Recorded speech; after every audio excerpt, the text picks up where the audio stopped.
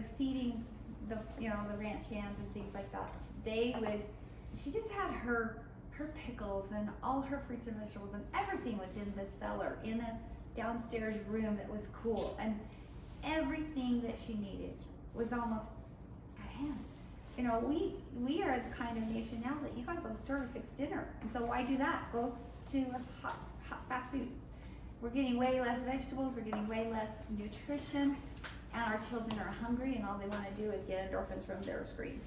And anyway, gardening is a hobby, it's a kind of a lifestyle, and it's something we need to teach our generations. And our children think we did child abuse because we used to have the old-fashioned garden where you had to weed every day, or you'd die, because we watered off the canal, we rotivated everything, and so therefore, all the fresh seeds are up for sunshine, and they all grow. Every single seed that the weed grows. How come our garden seeds don't do that well? Anyway, I wanted to express to you my great pleasure in being here today. I have been so excited to teach and share this class. And I want you to be sure and look around and just look at some of the things I brought that I've canned over the years. Now, I don't have everything grown in my garden, but I can, you can get fruit from your neighbors. There's lots of gleaning. Lots of fruit is going to waste. If you don't have enough apples this year, somebody in your neighborhood probably does. Anyway, we all can do better at protecting our food and our seeds and being prepared for being independent.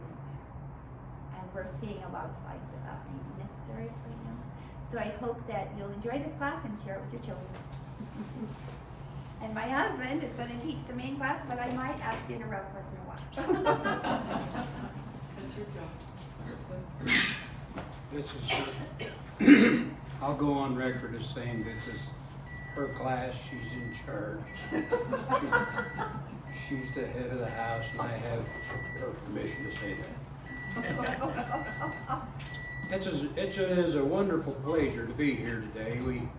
We're going to... Do you need to stick something in there? Is that That's the corn salad, but it might be early. Okay. We're going to talk about a number of things, and I'm just... Gardening helps for everywhere. This is a fellow named Jim Prigioni from New Jersey. We've tracked him for years. We've been involved in different types of gardening. I'm going to have to keep my head over here. Is that a problem? To keep looking here? You're fine. Because I didn't have a long enough cable to put it down here so I could maintain better contact. But 100 years ago or so, I married a beautiful woman. Twice. She gave us a marvelous family of 9 children, younger days.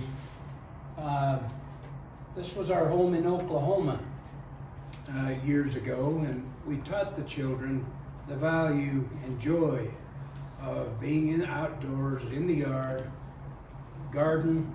If you look in the background there, you can see some okra, there's peanuts, there's sweet potatoes, things that we don't grow around here very much. But we've all over the East Coast or the Midwest, we've grown gardens for all of the 53 years we've been May 10th. together. Well, he doubles it. That's why 100. I used to tell her 100. We've been married this year 106 years. 53 apiece. A lot of work. Some days I'm sure it feels like 106. This is our children grown on the great garden food. And then they are sending back to our gardens their children. It's a way of life. They get a little distracted at times. But they're just a joy to be with, and we're teaching and passing it on. She says it's a way of life. I think in this particular time, it's more than a way of life. I think it's becoming a hard necessity, and I hope a lot of people will buy into it. As teenagers, they come back. The joy of discovery has just been amazing. And I learned a long time ago, happy wife, happy life. Happy spouse, happy house. She's quick to retort. So, and gardening is an integral part of our life and our happiness. We've tried many different methods. I want to start out quoting our dear prophet here. We choose whom we will turn to for truth and guidance. Never underestimate the profound truth that the Spirit speaketh things as they really are and really will be. It will show unto you all things what ye should do. And in the coming days it will not be possible to survive spiritually without the guiding, directing, comforting, constant influence of the Holy Ghost. To know how to garden in advance takes a lot of the pressure off, because you know what you can get away with and what you can't get away with. And the process is a little unforgiving, because if you've invested quite a bit of time, and there's enough natural things that'll come up to derail you. 2 years ago we had a hard frost the last day of June. Our beans were planted. A lot of things were already in the ground. We were past the frost date. We still had a bumper crop of beans with the method we're going to teach you. We planted it the 1st of July, and we had over 100 quarts of beans. There would Spirituality. have been more. We got tired.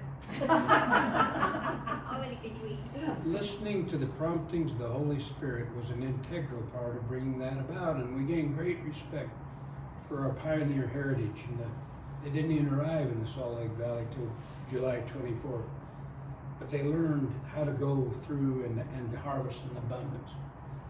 This particular tree is an apple tree. We bought an old home after we filled our mission in the Philippines.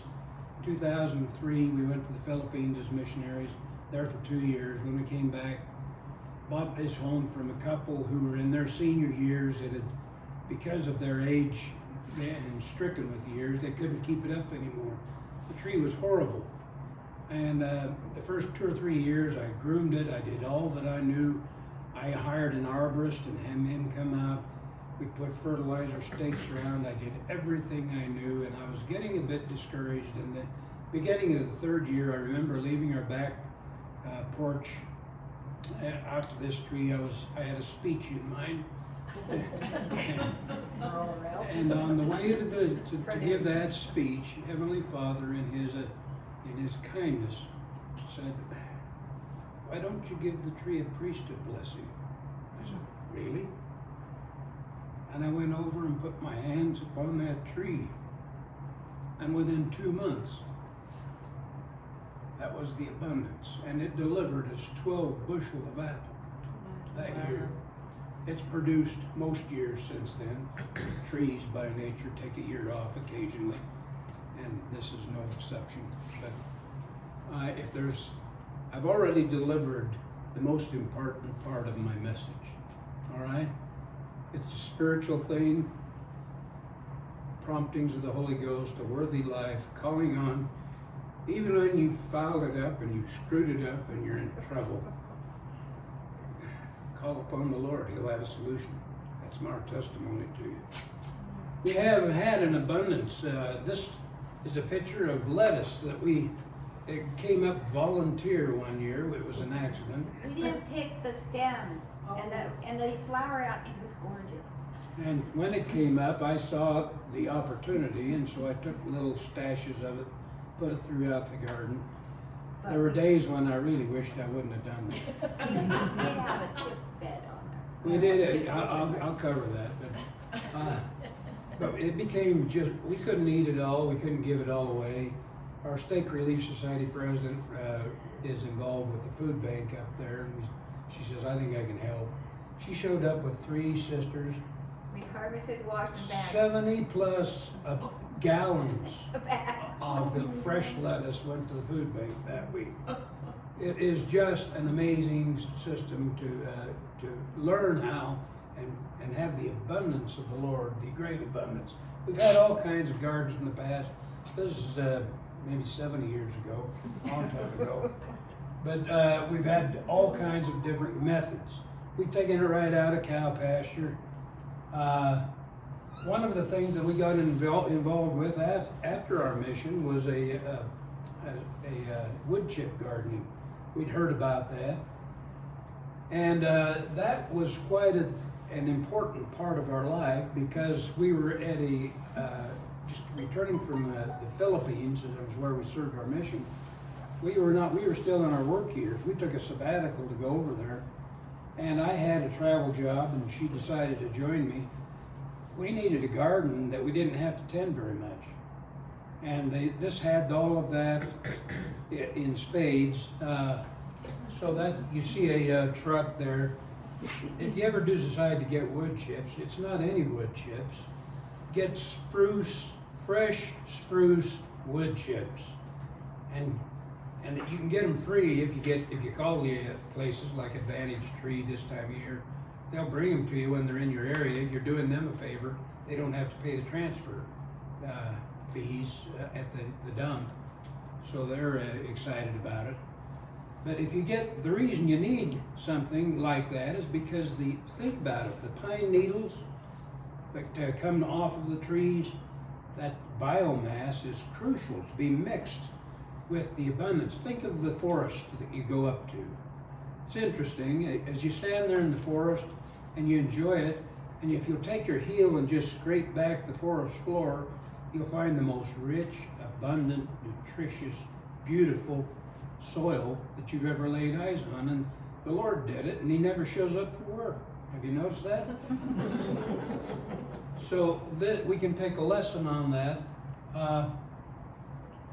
It's not hard to do. Put down, this happens to be newsprint. You can buy So you did, now tell me why it's spruce. It doesn't have to be spruce. It could be a pine. It could be any kind of I choose spruce because I like working with it. The important thing is get biomass in green stuff. Okay. Mixed in with your chips, and don't. I'm particular on chips. Don't get very big chips, and if you do, you'll have to filter them.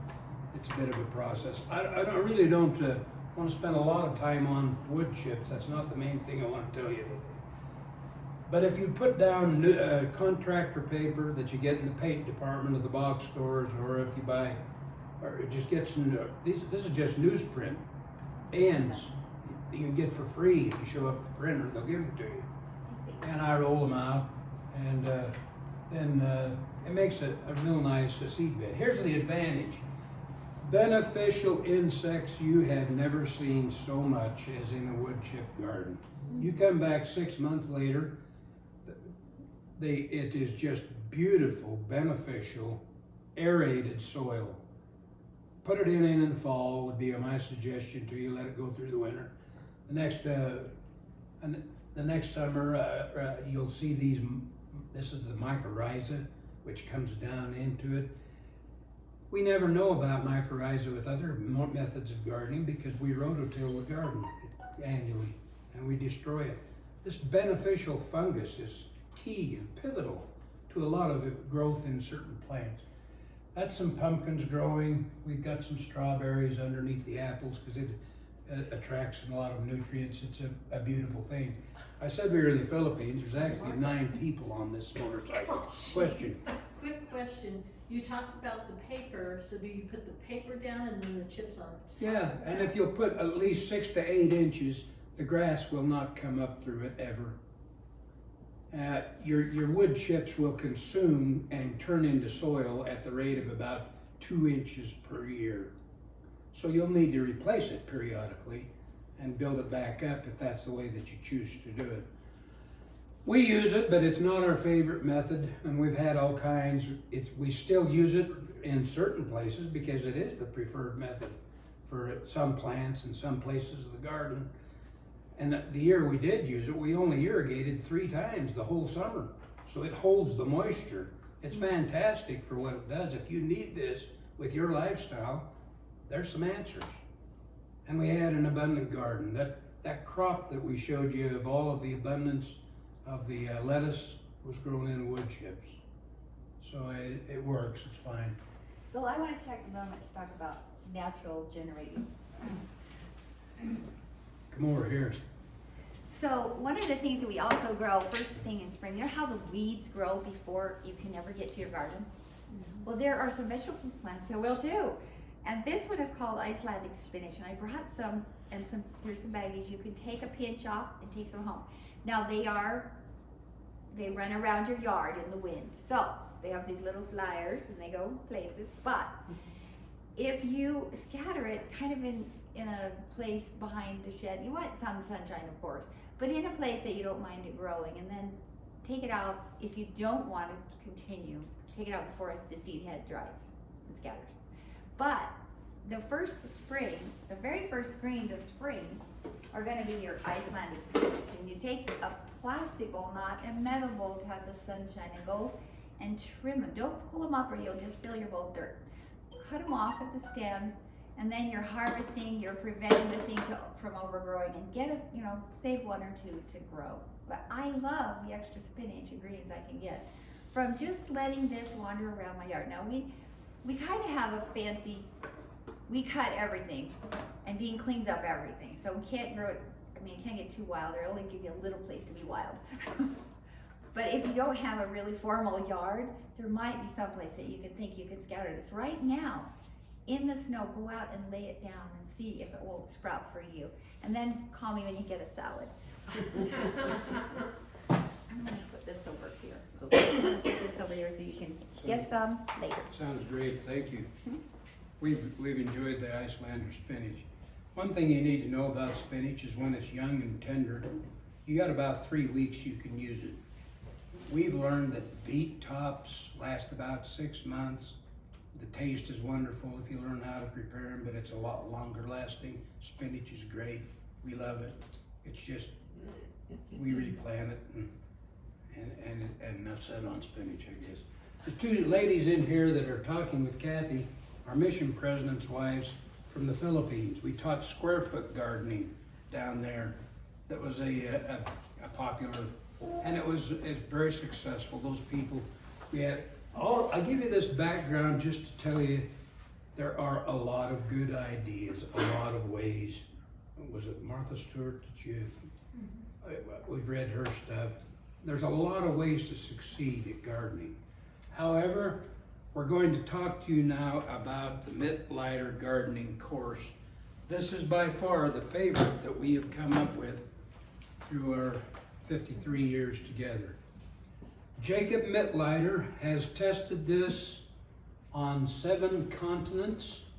It's not new, it's been around forever. It works on 7 continents. Composted soil is not a requirement. In fact, when he got to Okinawa, they said, this small island, we don't really have any soil. And he built a grow box on some concrete, and he had an abundant, wonderful garden. Just 4 30-foot, 18-inch rows provided us 1,500 to 2,000 pounds of produce this past year using this method. Here's what you need to understand about this method. It builds up the plant, not the soil. And we'll talk about that in a little more detail here. Very economical. This nutrient package, It's right there. there's 2 of them in here.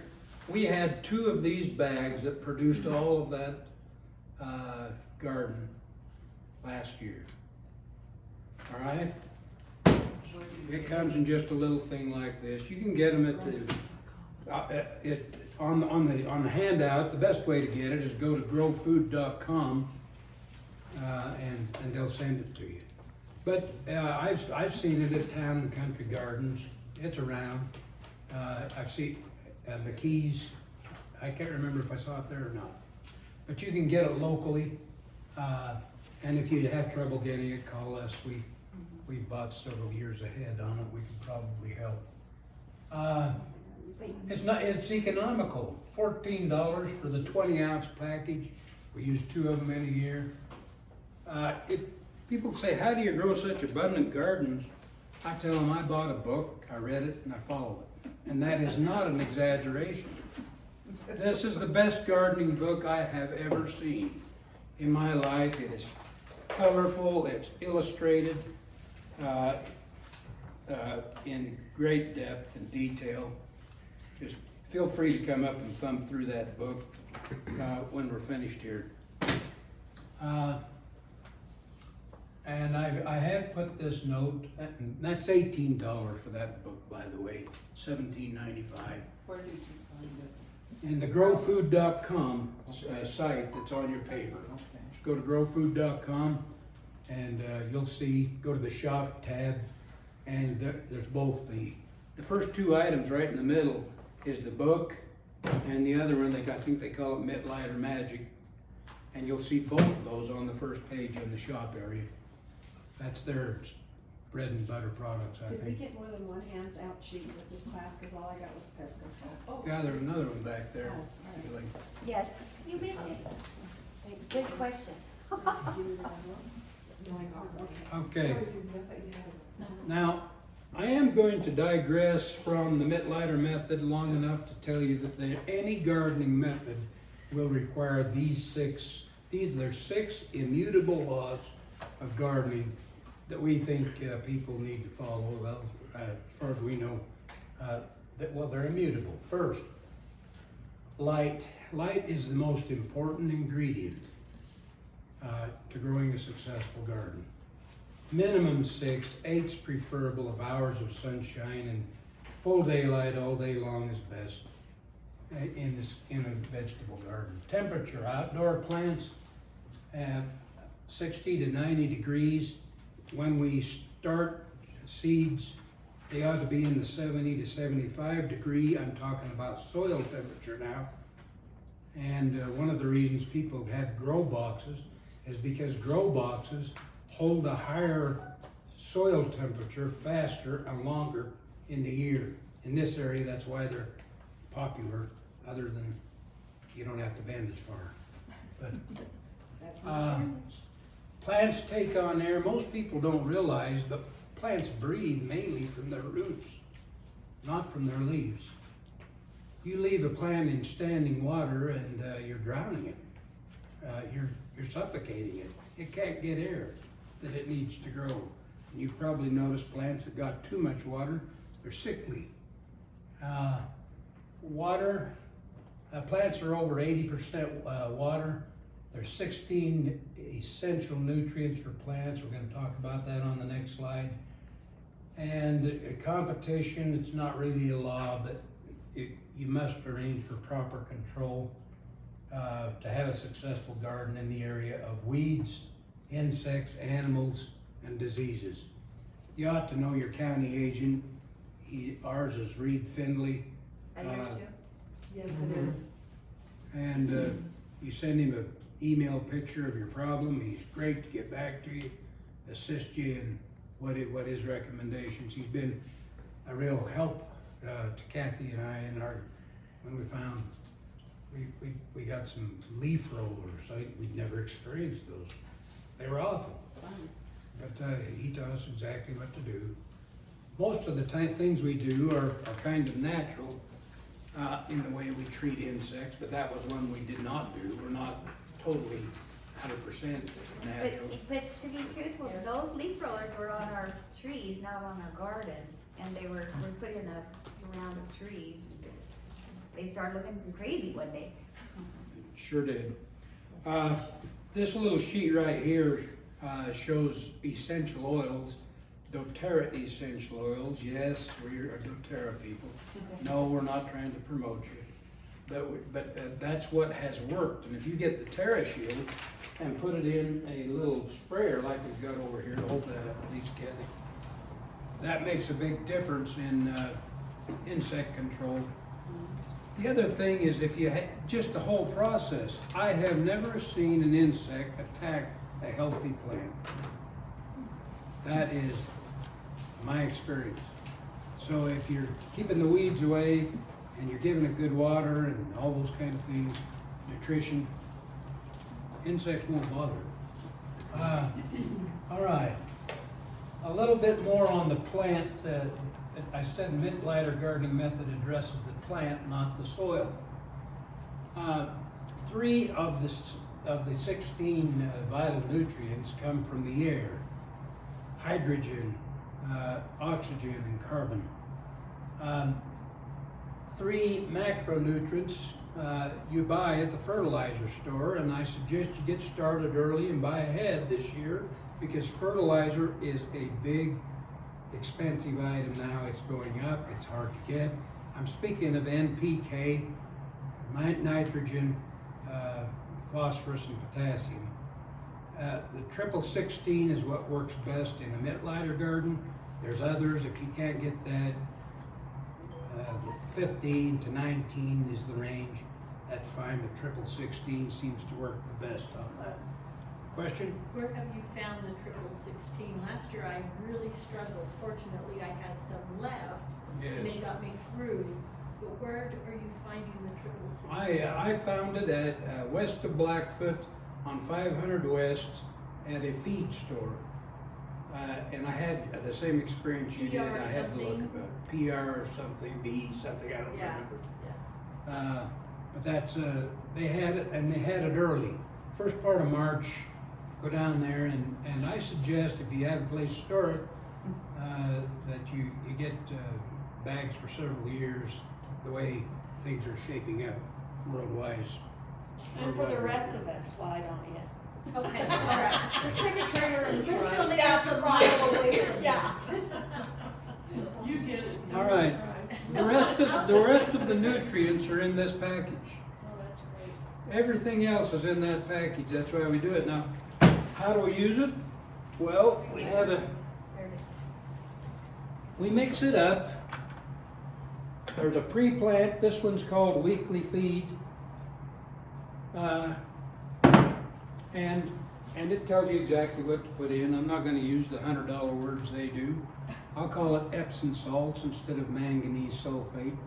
I'll call it 20-miltene borax instead of boron, all right? And then you mix that with the NPK and some of that in the right dimensions. If there's anything that I have learned that is crucial, do not guesstimate on your measurements. Measure them. Get a kitchen scale out and measure them the exact on your measurements, and apply them exact on the roll, and you'll have a good experience with the other things, all right? All right, growfood.com, that's where you get all of that. It's on your paper.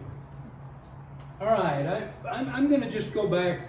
Let's just say we have a blank piece of ground here, and notice the little stakes on the front of the rows there, and we've got some strings going down there, and then if you take a rake, hold up that rake, Kathie. That rake is not particularly special, but there's some things that I caution you about. Hold the head up so they can see it. That's 14 inches across. They like to sell you a 16. Give it back to them. A 12 or a maximum 14 is the rake that you want, particularly with this kind of a method. You don't have to have just soil. You can build a grow box like this, and you can put it about whatever length you want. I want you to think about the power of what I'm saying. You have a young family, they live in an apartment, but they're able to somehow come up with something 10 feet long and 15 feet wide in the way of ground in full day. Huh? No, 15 feet by 10 feet is the dimensions. And if you'll look at page 2 there, it's all laid out there for you. On the back of the front page there shows you a garden map.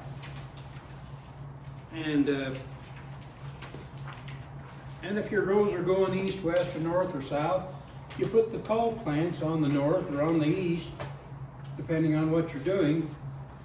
And then plant, look, starting at the bottom, garlic and onions, there's 2 feet plus 5 feet, or I think it's 4 feet plus 4 feet plus 2 feet, so there's your 10. Garlic, onions, and carrots. And we'll talk more about that as we get into it. The next one is beets and Swiss chard. The third one up, the second one down from the top, is kale, and first we go in with spinach and radishes. And 3 weeks later, or a month later, they come out and you put in your potatoes in the same area. And you, after the frost date, you put in your zucchini and your tomatoes. You know there's enough product coming off of that. Look at the yields on that. Just turn over to the back for a minute. Look at the yields on that. 200, that little plan diagram will give you 200 pounds of tomatoes. It'll give you 80 pounds of potatoes. all kinds of abundance throughout the year. And you can't beat it on that kind of a thing. Now, if you don't have to have even a 10 by 15 piece of ground. If you live in an apartment and you have at least 6 hours of sunshine on the south side, and you can put out some bags, for Pete's sake, like those IKEA bags that are up, They're big old shopping bags, they're about 2 square feet. get some soil in it, learn how to use the Mittleider system, and you'll grow quite a nice array of vegetables, and something as simple So as I want that. to comment. Yes. So one thing about the rake being that size, this is made so that you can meter out the fertilizer. So if you have a knowledge of the square footage for your row, if it's not too wide, then you're gonna have the right amount of fertilizer just with the system. So that's important. The other thing I wanted to talk about is these little greens, and we talked about our little spinach greens, but look at the greens that we're buying from the store. They are little, so don't let your things get so old that they're nasty and bitter. Pick them early. Get your little basket out and go find what salad to make. What are you having for salad? And go in the morning, because in the evening things are hotter, more wilty, and you'll have a lot more enjoyable dill. The other thing I wanted to show you was, this is the tops of greens. They got killed on the trip. This is onions, but they can make your chives for your condiments. You know, you don't have chives all year, but you could have greens. So you just cut off let's see, I brought a little cutting board here. Thank you very much for the plate. You just cut off and save this part, and then you eat all the rest. And a big part of the value of this garden is we're eating greens. Those are in the weight count. Those leaves that we usually throw away, the extra broccoli, the extra cauliflower, all the cabbage.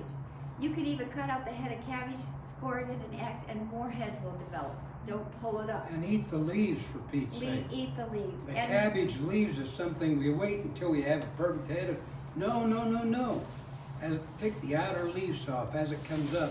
At a minimum, put them into your blender and serve them as smoothies for breakfast. Sweeten them enough, even the grandkids will eat them. That's right. But you get some good nutrition. And then you just put the cut root part in water. In and it'll water. grow more. Yeah. And this is what this has done for a couple of weeks. I took this last week, it looked a lot cuter. But then start trimming them down and using them in your meals. At the Or your bottom- salad. Do that with celery too. Yeah. At the bottom of this paper, on the first front page, I put in some information on sprouting and microgreens. We won't have time to get into that at all today, but the information's there. That gives you greens throughout the year in the winter months, and it's something that you might be interested in taking a look at. All right, we've kind of covered that. Sand and sawdust is a good alternative if you don't have soil. And we've tried it because we were experimenting it. The far bay there on the top right is soil. The middle one and the one that we're preparing is sand and sawdust. Not any sand. Go to the concrete place where they mix concrete, get coarse sand and wash coarse sand, and then sawdust, not cabinet mill grade, that's way too fine. Go to Pratt Logging in Blackfoot, is where we go. Some place like that where the sawdust from the sawmill cutting logs, a big nice chip. That's what you need. It's 70% of your mix.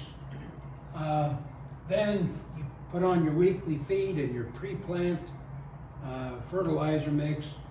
You can shovel it in at that point like they're doing on the upper right. Or I already had a rototiller, and I'm old, so I use it. It mixes it in nice at that point. Okay. And then we're ready to plant.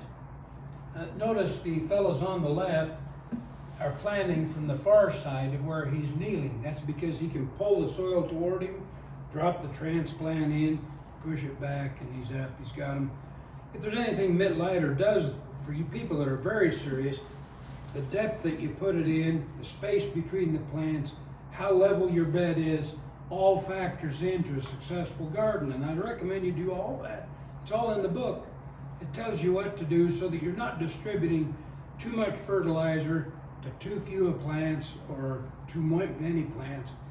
If you've been intelligent in the way that you plant, it makes a big difference.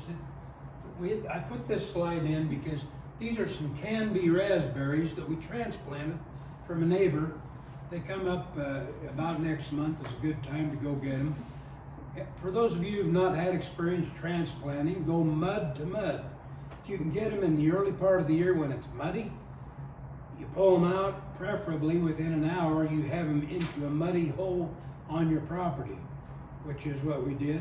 And then if you'll put a 1/4 ounce per lineal foot on an 18-inch bed on a transplant, that's not very much. That avoids transplant shock, Of and it nitrogen. is amazing. Did you say the nitrogen? We actually got it, yeah, it's nitrogen. Wait. Maybe I didn't say it. But we actually got, on our first year crop, several gallons of berries on transplanted berries. So the system works. Here's Kathie planting It is. in our garden. Cabbage. You know those ones that froze. So as you see this progress, this is what happened over the 2 years. Because you're going to be surprised at the next slide or two. This is our grandson Seth. What a marvelous thing to get. He's a city slicker.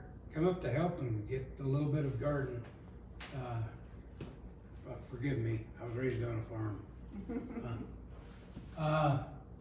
Irrigation is a huge component to do it right. This might come as a surprise to you. It did read Finley. He was wondering about the irrigation. I said, well, I water 1 minute per day. What? There's no way you're getting enough water to those plants. I said, yeah, I am. You take a number 57 drill bit on the 200 schedule PVC, angle it out at 45 degrees and one down in the middle, put them 4 inches apart all the way down the pipe. If you got 60 or 70 PSI of water going into it, we put ours on a timer. It's automatic. 8 o'clock in the morning, by 10 after 8, 5 after 8, the garden's all water. And it turns on every day. Now I'm quick to admit, in August when it gets really hot, we set the timer up on some of the rows. The sand and sawdust rows got 3 minutes. But the soil one didn't. It was 1 minute throughout the year. And before we got the timer, we did it by hand and it wasn't that bad. We just needed No. to travel. That wand that this boy is using is crucial to have on hand. In the way of tools, you need that rake, you need a wand, because when you put your weekly feed in, the watering system that we have is not sufficient to get the chemical. So wand it in for the first round, and then turn it over to the automatic water and you'll be fine. Weed control, hand me that scuffle hole there. So do you use the wand every week when you feed your garden? Just long enough to Just get a it, to meld it into the soil. Seems good. Yeah, good. We got oil it. Well, this is Grandpa's, her Grandpa's, her dad's old. It's a scuffle hoe, and I sharpen it up every year, and it's seen a lot of turf, as you can tell. That's a great device for weeds. Weeds are not a problem. Time in the garden each morning after you've got it established and growing is 5 to 10 minutes. You're tempted to be there longer, and often you should because it's so therapeutic, but you don't need to be. It's easy to care for on that side of it. We put some cattle panels up so that the beans would grow vertically, and it works. Yeah, bean hedges. This happens to be the year when we had our bean crop froze down, and July 1st we replanted. The Lord was good to us. We didn't have an early frost. It was, I think this is like the 10th of September, or maybe earlier, I don't remember the date. Beans do produce quickly, but long term, they keep growing if you keep picking. We got tired of it. We had more beans coming. But then 100 quarts was enough for us, so we gave a lot away too. our daughters wanted some. All right. There's a granddaughter out there holding up some beans. You can't see very well because of the trees there. But this is a Malibu variety of bean. We bought it from Territorial Seed, which is on your list there. That little canister on the right is 6.5 inches tall, so it gives you an idea of the size of the bean. You don't have to string them. They're very tender. It's a wonderful bean. Kathie plants marigolds in the garden every so often. Not only because she loves flowers, but because marigolds have a chemical called limonene, which insects hate. And so if you put that periodically, there's bok choy, there's spinach, there's That doesn't look spaced very well, does it? I just have to tell you, I keep plugging things in, like onions and things that don't take too much room, but this looks like a mob that got overrun, but that's just how it wants to grow. It just wants to grow. nothing wrong with that. Less effort, you can pour varieties in one spot. There you go. I think the worst thing is humidity and dampness can cause it to get blight or something. So you have to give it air too. I don't want to be inappropriate, my dear. Why don't you move your chair over this way? So you're in How's the that? picture. Okay. Does that work? She's actually been in the picture the whole time. so- Oh, that's good. I'm gonna stop complaining about it. Thank you for being so, I can hit him now. Conscientious. I can tap him on the shoulder. We do have some chickens, and we love our animals, we have to say. And they delivered last 3 days production, 14 eggs out of 17 hens. The next day, 14 eggs. Yesterday was a light day, we had 12 eggs. We love our chickens, they love us, they love gardens. They love the garden. And they love You let bugs. them go in your garden? Well, not all of them. We have our Yeah. pets. Yeah, four of the troublemakers we pull out of the herd, or the flock, and They can get out. and go they wander can go around. where they They want. need the more rest to of do. them. They're so smart. There's dogs in the area, you got, They you know. eat my tomatoes. Well, they'll eat one of mine, but they like They do. bugs too. Well, I'm glad you said that, because I want to tell you a story. As a boy, we had a big berry patch, and I took it upon myself. No one taught me it. It's a boy thing. But I wanted those. Yeah. I wanted those birds out of the raspberries. So I had my BB gun, and I was out there handling things. It has nothing to My do dad with came what up God, and- it's the whole target. He complimented me on my industry and what have you, and he says, but at some point in time, son, you're gonna have to decide. Either you're gonna kill birds or you're gonna grow berries. And he says, if you focus on growing berries, you'll discover there's enough for you and the birds. Great lesson, great lesson. Loved it. And then there's a time when you have to put the shields up, I get it. These others were a little behind, so I'm gonna catch up on, Your gardens look like greenhouses. Wow. We put in a greenhouse last year, Beautiful. 2 years. Wow. oh, let's talk about, this is the fall of the year, and we've had a frost, as you can tell, but it brought to mind something we need to discuss. Throughout the year, there's going to be some plants, for whatever reason, that get a little bit of blight that come into them. Don't try and save that blight. Take your scissors. Don't try and pull it up unless the whole plant is bad. And cut the blight out as you go, and don't drop it in the garden. Drop it in a bucket and put it in the garbage. Isn't that the black leaf? Okay. Yeah, that's the best way to handle it. Everybody has a bit of the problem, depending on where they are and what they're doing. Don't let that one get ahead of you. Do it every day. Blight, you handle immediately. It can spread fast and furious. And don't you think that's why you need to look at your garden as often as you can? If you're home, go out and look at it. It is. See what troubles are happening. I read my great-grandfather's journal. He was one of the early bishops in the Willard area near Brigham City. And I was horrified as I read his journal over about a 60-day period. And the great infestation of, I thought he was going to say Mormon crickets. He did not. He said grasshoppers.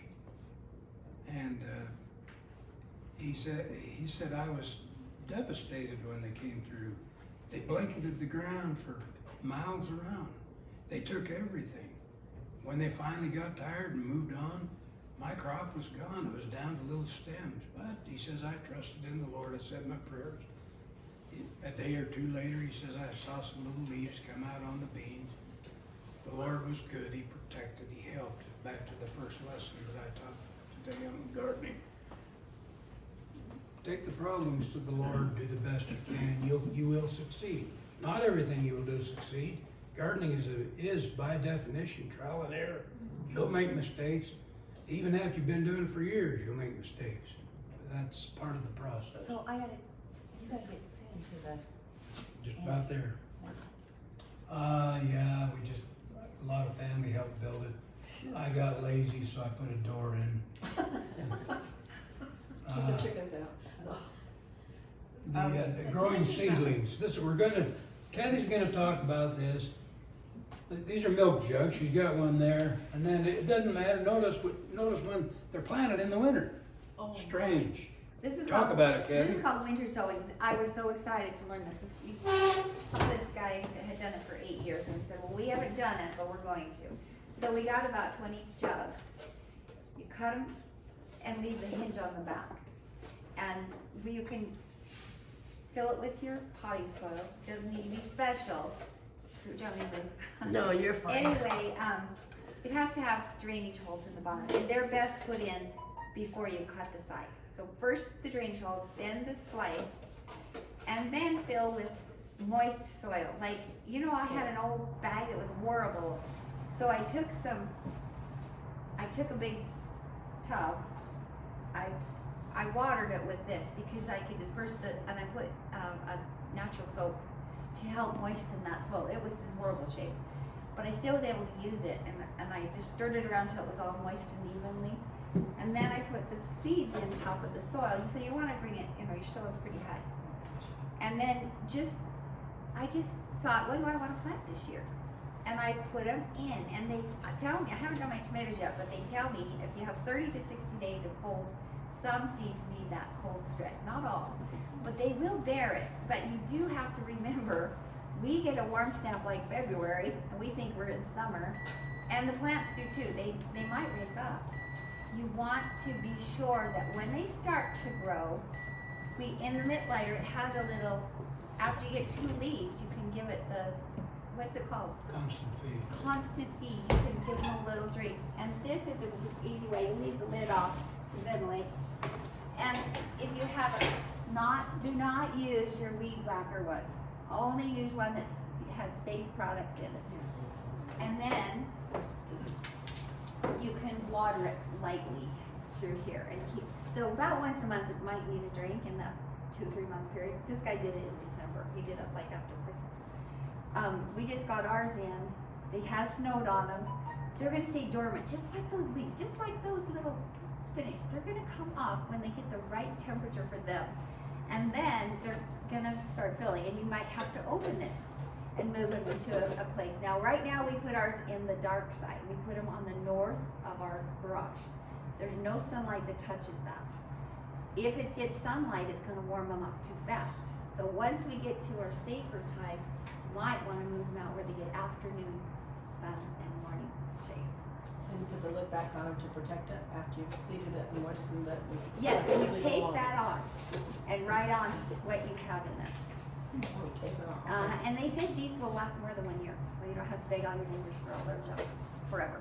But Did you use duct tape to tape it off? tape it on with duct tape. Yeah. The other thing I wanted to share real quick was, don't forget what's inside of the seeds are edible too. Inside of the squashes, these we planted and harvested. We actually raised about 29 of these, and we had all our kids got about half this.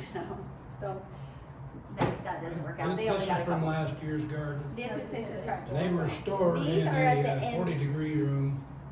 Yeah, we If have. you insulate a room, it's gonna be about 40 degrees. We put a little heater in there just in case.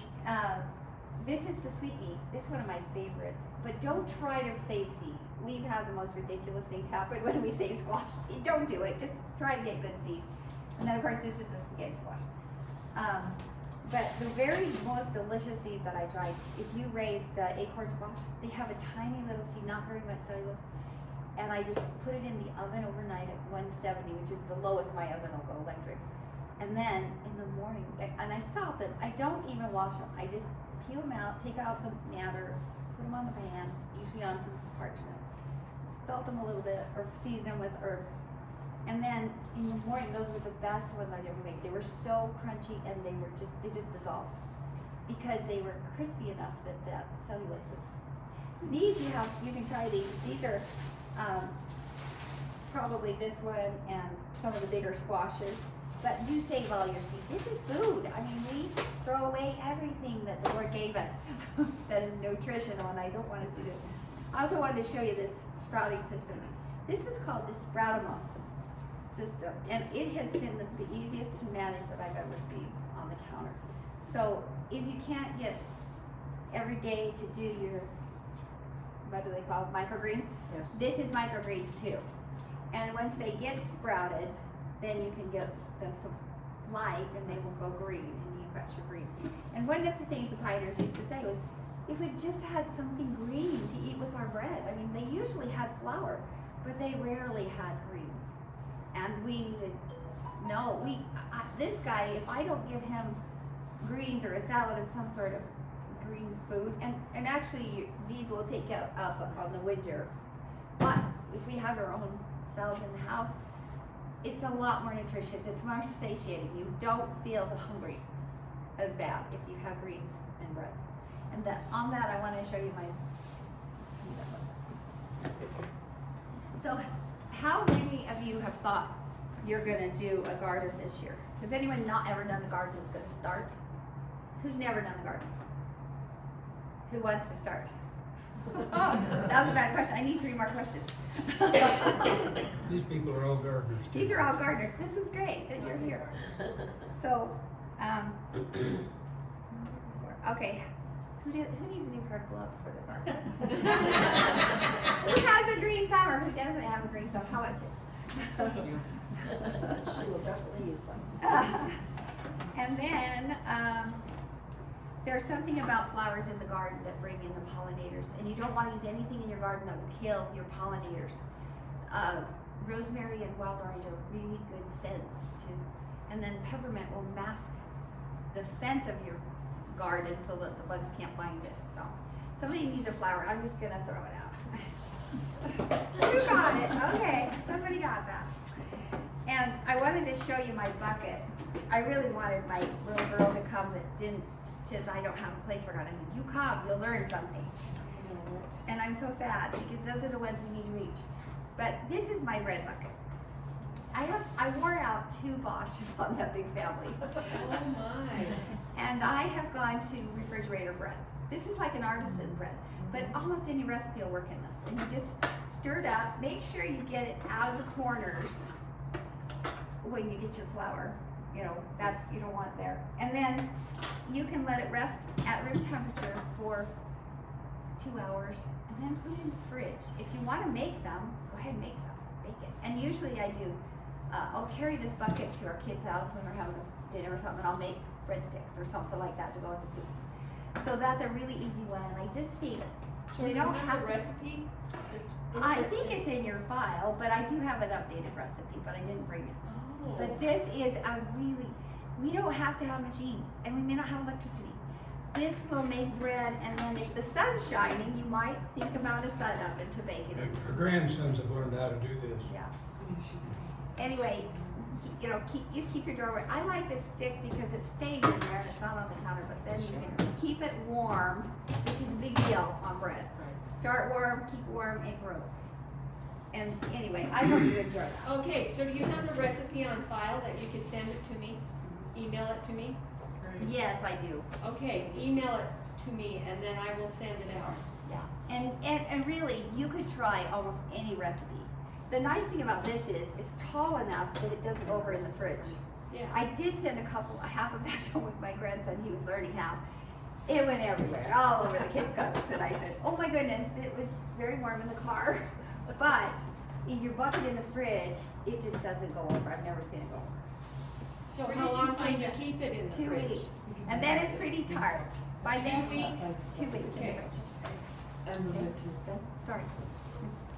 All right, I think that's pretty well ended. There's a quote by the prophet Joseph about herbs, and I preached a large congregation at the stand on the science and practice of medicine, desiring to persuade the saints to trust in God when sick, not in the arm of flesh, live by faith, not by medicine or poison. And when they were sick and had called for the elders to pray for them, and they were not healed, use herbs and mild food. So, and that's one of the favorite things I think you should look at the dollar store. These little packages of, for 25 cents each, but they're little packages of herbs. And all of those types of things are what we're talking about. The greens, you can make pasta pesto out of these types of greens, not just basil. And to those of us without enough faith to make the dollar store work, this is certified seed and the sources in your paperwork. Well, they probably have been altered anyway, aren't they? They're No, not they- GMO, they're just. They've These are not, GMO and you free. can buy this book right here that'll tell you all about that from the same source, okay? So, one more thing. Remember that little lady that was going to teach Armenian food? Yes. I saw her a couple of weeks ago, and or a month ago. It was a month ago I saw her. She said something about cilantro. I have had a really hard time growing cilantro. She said, oh no, just plant it in different places, go and trim it, it'll grow back. So try more than one setting. And some greens are more tender in a shadier spot, like your beets and things that you want to eat the greens. Right. Maybe the root won't be as big, but the greens grow and aren't so beat up by the heat. Well, you could put those in a planter, they don't have to be in a garden. That's right. Or the garden bags, those herbs do really well in those. Yes. As long as, I was gonna say, where I live, it's constant sun. I mean, it's 11 o'clock in the morning till the sun sets is where I've grown my garden, but it's hot, really hot. So with the fabric bags, I've learned that I just run around the outside of them with the cardboard box that I've, Oh, to so cool that- it. Well, so that it's not, and my bags are black. My Yeah. sister gave them to me, but yeah, it's not so hot on them. That's interesting. Look, feel free to look around afterward. She's got some canning samples. We have a freeze dryer, which is a godsend in a garden like this. We bought an extra refrigerator to hold it until the freeze dryer can catch up. Freezer. We've got Freezer. the freezer. But do what we need to do. I testify we're in the last day. I've been told that all my life, but based on what's happening here, people can't see that, and I feel sorry for them. But you've been a gracious group. Thank you. Thank you for giving us the time. That concludes our presentation. Oh, you got a couple questions. Would you be interested in adopting all of us? That's what I wanna know. We all come to help pick. We laughed because we moved to the Philippines. We had a great big house, 7 or 8 bedrooms possible, and we sold that home, went on our mission, came back, and bought a 3-bedroom flat. No kids can move in with us very long. I mean, they have drive. But we do feel this need to prepare. And if I haven't got something ready for the freeze dryer, I'm saying, what could we do today? Sometimes, do any of you have freeze dryers? Freeze dryer. Freeze dryer? Mine was just delivered after 4 months. Oh, yeah. We waited 3 months for ours. That's We got that's ours what about takes 2.5 time. years ago, but the fastest thing to do in the winter is the frozen vegetables that are already blanched. Just put them on the trays and they'll dry. And There are some freeze-dried Skittles back there somewhere out Right there. here, Right we got here, it. bless you. All right, well, what I made for you as a treat, I thought, we had something out of the garden. But we did this at our steak last week. We So made the 10 Skittles pies bush? and we had 7 people come. So everyone got whole Skittles. pies. Oh my gosh. Where did you find the seeds for the Skittle bush? That's right. And we just plant Skittles in the garden. I know a lot of people do a lot of candy and just, John, you get a freeze dried, but this is too expensive not to have preserved food. Well, and if your fruits are freeze-dried, they taste like candy because all the That's sugar's right. concentrated. And the other thing I was gonna mention is if you have the chance to plant fruit trees, do. If your neighbors have some, then great, but, they all do good in the freeze dryer. We should open those apples. That's fine. Open. Fine. He can reseal them again. So what I brought for you today, is it okay if I sit right here? You can. This is, I've got. Oops, that's supposed to be sliced up. This is a corn salad. Have you guys ever had the street corn at the fair? Yeah. Isn't it delicious? I don't know if it's that good, but I thought this recipe was good. I put the pepper in it and tasted it, and I thought, I'm never gonna be able to eat that. It's so hot. So we'll see if it mellowed overnight. I did add double the corn, and I doubled the recipe, is what I did. By the way, you can tell if your oxygen absorbers are working. If your packages don't look like that after a day or two, my own do them again. Okay. I guess I need my other spoon. The other thing I brought is There's some hummus. Honeycrisp apples there if you're interested. We'll put it right yes. here. We'll have it on your, bigger Yeah. plate. We have bigger plates. We do. Maybe we should switch. Cause with this, everything we got is big. So what's in your hummus that made it green? Spinach. That little baby spinach blend that I had, there, that's good. Okay, and we probably could dice this up and we're ready. This is apples that I dehydrated in the old-fashioned dehydrator. They do not have an oxygen absorber. I tried to soak them the other day and they are pleasant. They're like a little fresh applesauce, chunky. But you can try these too. Let me get some more. So are spoons. these homemade chips? These are, they're actually just baked tortillas with spinach. Okay. They had spinach in them. Okay. And then I tried to give you some healthy options if you, this is on top of here. Oh, okay. Well, that didn't, that was pretty good, did it? Interesting. So do we have the recipe for the corn salad? I have it. I think I left it at home because I would have had a stack of them. I had that and that. Okay. This one, I like to use the chickpeas, but they're a little gritty. They're a little bit, so I added 1 can of chickpeas and I doubled the recipe and added 1 can of white beans, the cannelli beans. And they're really smoothed it out. So I think you'll like this. This ought to be really good today. And then So do you wanna send that recipe to me too, yeah, besides the bread? I'll send you Okay, the send it to me. recipe. Yep. And this is kind of a dip. They said you could blenderize the corn, but I said it looked awful if you blenderize all that. You're supposed to put a avocado, and I remember I did late, but the avocado's in the cool room. if you need an avocado, I have one. Let me have the knife. Where did I put it? Remembering things late is part of who we are now. If you remember them all. Karen, Yes. could you print her recipes and have them next week when we come to the sourdough class on paper? We could, if she sends them to me in time. Yep, we can do that. Wonderful. Yeah, and I Or wanna email post them them, to us. I wanna post them on Facebook. Okay, we can do that. Yeah, that'd be good. Go ahead. That's our filing cabinet. It is mine. It is mine. Facebook is All right, my they said filing to lay these cabinet out, but you may not want them. for all these recipes. Yeah, because this stuff is gonna go rich out of my Yes, house. me too, and I can't find them in That's exactly right. If your garden nice out, you could put food in there. I bet the avocado would have milded this one, made it a lot milder. And that one would have been in a blender, so. Okay, I think, do we have everything? I think the Look Never good. tried putting avocados in water. Maybe we can put this over here. That's the biggest thing to read. It's like you put All it right, in Katie, your- go ahead. Here's the first water. So what's in this? This Yeah, is it doesn't matter who it is to. the freeze dried. Still just,